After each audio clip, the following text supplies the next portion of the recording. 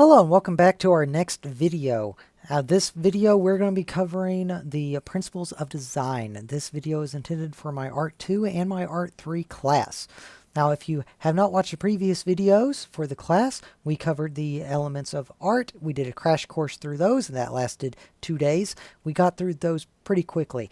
Now this presentation, I'm going to go ahead and tell you up front, it's fairly long, and the reason for that, I've tried to break it down into separate sections, but I feel like the best way to really go through all of this is just to do it all at once. Because a lot of these concepts, they're pretty self-explanatory. So if you have any questions, go ahead, leave a comment down below. If you need to pause during any certain areas, feel more than welcome to do that. Okay, so let's go ahead and get started. The principles of design. The principles of design are what artists use to make art pretty. That's basically what it means. Elements of art are what artists use to make art. Principles of design make art pretty. Now there are, I believe, a total of 13 principles of design. However, the state that I am teaching in only recognizes these seven as principles of design, because the rest of them, they kind of mean the same thing or close to it, so they don't really include those in the list of principles of design. So let's go ahead and get started. The first one that we're going to be covering is balance. And balance refers to how visually weighted an object or an image is. And balance can be broken down into three separate types of balance. You have asymmetrical, symmetrical, and radial. Now, a lot of my students already know what asymmetrical and symmetrical are from math class, and not a whole lot know what radial is. But believe it or not, that also is mentioned in math class. It's just not mentioned in the same way. So let's first look at asymmetrical.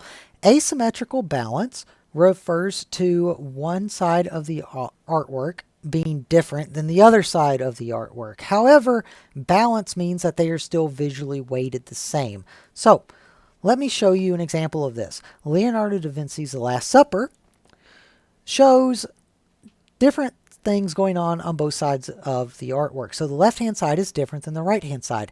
However, if you break it down into basic shapes and you look at it weighted visually, you can see that the same weights are going on both sides. So yes, it's balanced, and yet it's different on both sides. And that's what asymmetrical balance means.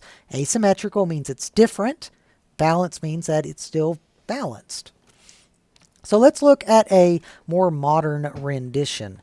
And this is an anime take on How to Train Your Dragon. So if you divide this artwork straight down the middle, you can see that it's different on both sides. However, it is still visually weighted the same. Hiccup is on the right-hand side, takes up the majority of the artwork, and then you have Toothless right in the middle, and it takes up the majority of the artwork as well. And then you have Astrid off to the side, and she only takes up a small portion. However, the words up at the top, How to Train Your Dragon in Japanese written in red, that counterbalances everything and makes the entire artwork balanced. So it's different on both sides, which makes it asymmetrical. And it's balanced because visually weighted, it's balanced. Okay, so that's asymmetrical balance. Asymmetrical, different on both sides. Now, symmetrical means that it is identical on both sides. So it's kind of like you take a mirror and you look at one side, and if you hold the mirror up to the other side, they're the same. That's what symmetrical means. And you see it a lot in architecture. For instance, the Brooklyn Bridge. If you divide a line straight down the middle of the Brooklyn Bridge, it's the same on both sides. That is called symmetrical balance. And I always have this odd student somewhere that always says, oh, but Mr. Gray, look, there's a bird right over there, and it's different than over here. Well, we're not counting that. It doesn't matter, okay? It's basically the same thing, okay? That's what it is. And same thing with the Taj Mahal. I always have somebody that says, that tree there is different than that one. It's a tree. It doesn't matter. For the most part, it's the same thing. So if you draw a line down the middle of it, left and right hand side, same thing. That is symmetrical balance. And then we go to radial balance. Radial balance it radiates from a center point. The radius of a circle is from the center point outward. That is the radius. That is how far out from the center point or the point of origin that a circle is. That is the radius of it. And radial balance is exactly the same thing. It means you start at the center point and you radiate outwards in all directions. So it is kind of like a kaleidoscope, like this. You start in the center and you go and you radiate outwards, just like that. A more natural example would be a flower. You start in the center, and then it radiates outwards in all directions. That is radial balance. So it starts in the center, goes outward. So let's move on to the next principle of design, and that is contrast. Contrast, it's a little bit difficult to explain, but basically it's how different things work together or different things are compared. Anything from color to an object to a texture, just really anything that is in contrast with one another or things that don't really mesh well together and they're still present there. For instance, the very famous artwork by Andy Warhol called Marilyn Monroe, and there were several of them. This is actually Marilyn Monroe 23. This is in direct contrast to what you know Marilyn Monroe to look like. Marilyn Monroe was rated the most beautiful woman to ever walk the face of the planet. And I don't know if that's changed, but I know that that was the case in the, I think the survey happened in the 90s, the one that I'm referring to. But anyway, she was rated as the most beautiful woman ever. She did not wear makeup like a clown. Okay, so she did not look like this. Not at all. So it's in direct contrast to what she actually looked like. Also, in direct contrast, is all the colors. These colors do not match well together. They are contrasting colors. For instance, the purpley kind of pink and yellow. Those colors contrast one another. So, contrast can be in color. It can be in what you know something to look like. Or it can even be in texture. For instance, this artwork by Salvador Dali called The Persistence of Memory. And a lot of people know it as the melting clock.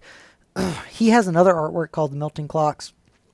It's not this one. These two always get their names swapped around. But anyway, this little fleshy blob thing right here has a different texture than the mountains right up here. And that is in contrast of texture. You also have contrast with the clocks because you know clocks can't do that. So that's in contrast to what you know clocks to be. And I have a lot of my students ask me, what is this thing? Because a lot of them say that it's a horse or some kind of animal. And actually, it is a melted face. And you can see it right here. That is the eyelashes. And then this is a nose. It curves down into a chin right here. And then that's a collarbone. And then it goes into a chest or a shoulder, depending on how you want to look at it. But that is a face. And that, hang on, let's see if I can, yep. That right there is a quivering eyebrow. Okay, so contrast in the fleshy texture right here against the rough, coarse texture in the mountains, and contrast with the clocks because you know clocks can't do that. So that is contrast. Now let's move on to movement. Movement is really easy to understand. Movement is how your eye moves through an artwork. So let me show you an example. Now, the reason why I gave you a few seconds to look at this was because, and once I say this, you're going to say, that ain't true, but guess what? It is. Whenever you look at this artwork, no matter where you are looking at, your eye always traveled right down to the center. And now that I told you that, someone's going to look up in the corner and go, I'm looking at that corner and it ain't moving. Well, it's because you already know about it. And if you know about it, then you can stop it from happening. So, whatever. Anyway. That is movement, how your eye moves through an artwork. A more famous example is the Great Wave. You can almost imagine that the wave is just getting powerful and just taking all the water and going, and it's going up right here, and you can almost just imagine that the wave is coming down and going to go right down in that boat. And yes, that is a boat right there, and that's another boat. But you can just see the movement that's going on in the artwork, and that's movement. That is how your eye moves through an artwork. What you can imagine what's going on in it. That's movement. Okay, so now let's look at rhythm. And rhythm, it gets confused very often with pattern, which pattern is on here as well. But rhythm is something that happens in an order, and it doesn't have to be the same thing. It's just something is happening in an order. So, an example would be a sheet of music. If you look at a sheet of music, there's lots of different notes on there. However, it all happens in a tempo or a beat. It doesn't matter if it's a B sharp or a B flat or an A or a G. It all happens in a rhythm. That's a tempo. And that's a rhythm. It's the same thing with this right here. I have an ink pen. I have a metal ink pen. I have a screwdriver. And guess what? All of these, even though they're different, they're in an order. You can almost imagine where the next one is going to be if I continue the line. That is a rhythm. So let me show you some examples of rhythm. This is an example of rhythm, and it's an example of rhythm using circles because you can almost imagine where the next circle is going to be at, and it just keeps going and going and going. It's a rhythm. You know where the next circle is going to be. You know where the next circle and the line and the colors are going to change. That's a rhythm. Same thing with the dancers that we have right here.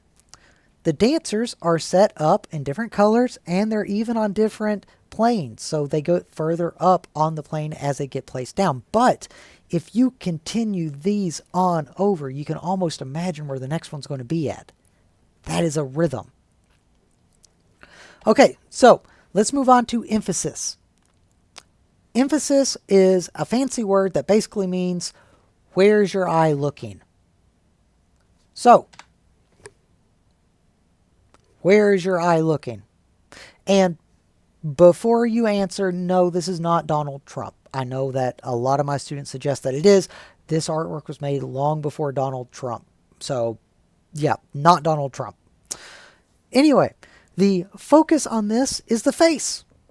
That little bitty face around the big old orange head. That is the emphasis. That's where you're looking. That is the focus. Now, where is the emphasis on this artwork? Well, in truth, there's actually 2 points of emphasis. And I show this kind of as an introduction to art meaning for my Art 3 students, but also as a way to explain that your artwork can have more than 1 point of emphasis. So, first off, the first point of emphasis is the woman. The second point of emphasis is the house, right up there. And the reason why is because we as human beings, we are social creatures, which means we always are seeking out to either be with somebody else or talk with somebody else or be around somebody like us. And the first thing that we look at in a painting is typically a human. So we see the woman first, and then we realize, wait a minute, this painting's a little bit different than any painting I've ever seen because she's not looking at me. Where is she looking at? So then your eye kind of travels and you see her body motion where she is bent like this and her shoulder is actually pointing to the house. So you're thinking, oh, her eyes are pointing to the house. Her shoulder is pointing to the house. So her eyes are pointing to the house. Her shoulder is pointing to the house. She must be looking at that house. So that is your second point of interest. Now, the reason why I show this one to my Art 3 students and Art 2, you can listen to this as well.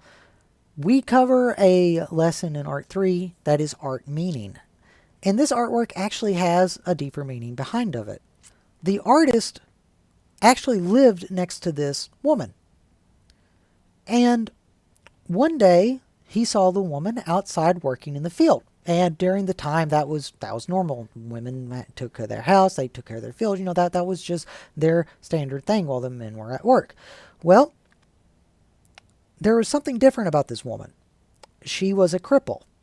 So she couldn't walk. But that still didn't give her any leeway. She still had to do her daily routine that she was expected to do. So didn't really get a handicap for anything. She still was expected to do all of that, even though she was a cripple. And the artist saw her struggle every single day, and he decided to paint her and her struggle and show what kind of a woman she was to be able to go through all of this and still being able to do her job that she was supposed to do without any help. It was the sense of emotion and willing that the artist tried to capture in this artwork. So that's the story behind this artwork. And lots and lots of art have different meaning behind of it, which, again, something we get into art 3. But for now, just know 2 points of emphasis. Okay, let's move on. There is one more image for emphasis that I'd like to show you. And I show this because I like to prove that the artist can actually direct your eye somewhere very obviously and still hide it in plain sight. So in this artwork, the main point of emphasis or focus is the skull, obviously. However, most people probably don't realize that the artist is purposely drawing your eye there. For instance, you have a black arrow right there that's literally pointing you straight up into the bull skull. And if you kind of squint your eyes, you can see that it's making an arrow with the holes in the skull, just dragging your eye straight up. You can also see that the lines on either side are also dragging your eye up. And all the lines on the flag or whatever it's sending in front of is leading your eye upwards as well. So, point of emphasis. Where your eye is looking. Okay, let's go next. Pattern is next. And pattern is the one that everyone gets confused with rhythm. If you remember, rhythm, it doesn't matter what it is. It just matters that it's in line and you can almost imagine where the next one's going to be. So just like this. If I continued these over, you can imagine where the next item is going to be placed at. A pattern doesn't have to be in a rhythm. A pattern is the same thing over and over and over and over and over again. It's like going into a car lot. You can go into a car lot and you look for a vehicle. They have motorcycles, they have cars, they have trucks, they have SUVs, they have pink vehicles, green vehicles, red vehicles. It doesn't matter. The point of the matter is there's vehicles everywhere. That's what it is. That's a pattern. So, just like this famous artwork. It's rectangles everywhere. They're all different sizes, they're different colors, they're different placements, they're not in a special grid. I mean, they are everywhere. And that's what a pattern is. Just like this, another famous optical illusion by M.C. Escher. It's stairs everywhere. And I always get somebody to say, oh, they took that from Harry Potter. No, they didn't. No, Harry Potter came way after this. So, yeah, stairs rotating everywhere. I mean, all these are stairs, so it's a pattern of stairs. That's what pattern is. Okay, next, and this is the final one. This is unity. And a lot of my students get confused about what unity is. Unity is when more than one element or principle, more than one principle of design come together. That's it. That's all it is. That is having more than one principle in an artwork. So, I like to give my students a few seconds to look at this. So, I'm going to give you a few seconds. Go ahead and pause. Okay. How many horses did you actually see in this? I know a lot of people, they say 5, 6, 7, and they're like, oh, wait, no, I only see 2. And then they say, oh, wait, but look at all these hooves. Well, in actuality, there are 2 horses in there. But what I wanted to point out is there's a lot going on. Because the multiple hooves that you see right here, that is movement. The horse is caught in a still frame of running, and the artist wanted to show that the horse was galloping. So it included all those other hooves going around right there to show the horse galloping. Then you also have other things in there as well. This is asymmetrical. If you divide a line straight down the middle, It's different on both sides, so it's asymmetrical balance. Then you also have contrast. You have contrast in the colors. You have contrast being able to see through a horse that you normally can't see through. You have contrast with all the leaves. So you have balance, you have contrast, you have movement. You also have rhythm. Rhythm in the trees. In the top of the trees, you can almost imagine where the next tree trunk's going to be at if you continue the line. It's a rhythm because it goes tree, tree, tree, tree, tree, tree, tree, tree, tree. There's pattern with all the leaves. There's so many different principles working inside of this one artwork, and that is unity. And unity doesn't even, it doesn't have to be in an artwork that has everything crazy going on with it like this. It can be in something simple. For instance, everybody in their life has seen this painting, probably one of the most famous paintings ever, Vincent van Gogh's The Starry Night. This artwork has asymmetrical balance. You draw a line straight down the middle, it's different on the left-hand side than the right-hand side.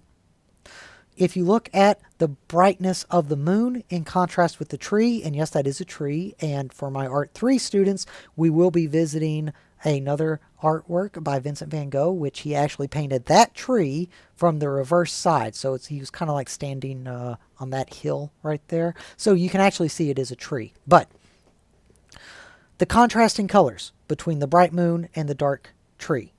And then you also have the movement in the stars right here where it just swirls around and goes through there. It drags your eye through the artwork.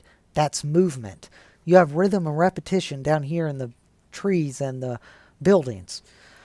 And then an artist that was very good at making unity is Bob Ross. And I do love Bob Ross paintings. Bob Ross is very good at unity, and I show this because he was awesome at making contrast. He was great at making contrast in the clouds against the mountains. The clouds are fluffy, they're very soft, and the mountains look rough and coarse, so the texture is in contrast. You have rhythm and pattern in the background with the trees. All of this stuff is unity because it's more than one of the principles working together. Okay. So let me explain what your lesson is for today. I actually have in the description down below, and if you are in the classroom, I have a packet that I've already passed out or it's available to you. And the packet has all of the principles of design that we just went over in a nice little squared off box. Each page has its own box. Actually, there's 2 boxes per page minus unity. But anyway, you are going to be creating your very own artwork representing that principle design that is described above it. Each box has a principle design above it with a definition. If you do not remember what the definition is, or if the definition just confuses you, on the back side, the very last page, there's actually examples there for you to look at. Each artwork must be completed, which means you have to show balance in all 3 forms in each of their box. You have to show one with unity. You have to show one with contrast. They all have to be there. You need to have a minimum of 3 different media. So that means coloring pencil, marker, crayon, construction paper. I don't care. It's anything that you want to put on there. You just have to have 3 different media throughout the whole packet.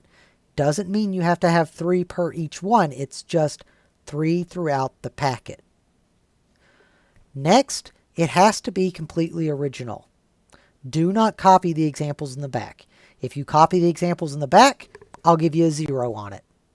That's all there is to it. I will just give you a 0 on that one principle of design. So don't copy them. If you copy your neighbors and you're in the classroom, I don't know who came up with the original idea. But if I see 4 people turn in exactly the same image for the packet, well, you're all 4 getting a 0. Because that's just how it is. I do not encourage people copying off one another. So, I don't care who did it, but it's your responsibility because you're sitting next to your friends, and if you know your friends have the tendency of copying you, don't let them, because you can get in trouble too for that. Okay, each box has to be filled in. Make sure that it's completed and make sure you don't have any empty spaces. Make sure that it is original And make sure that you have at least 3 media throughout the entire packet. That is your assignment. If you'd like any help, please ask me. Leave a comment down below if you're watching the video. Give me a thumbs up if you enjoyed the video. And if you'd like to continue with our lessons, go ahead and hit the subscribe button because I'm going to be trying to upload all my lessons onto our channel. So if you'd like to continue with our class, go ahead and subscribe to us so you'll get notified whenever there's a new lesson come up. Thank you all very much for watching.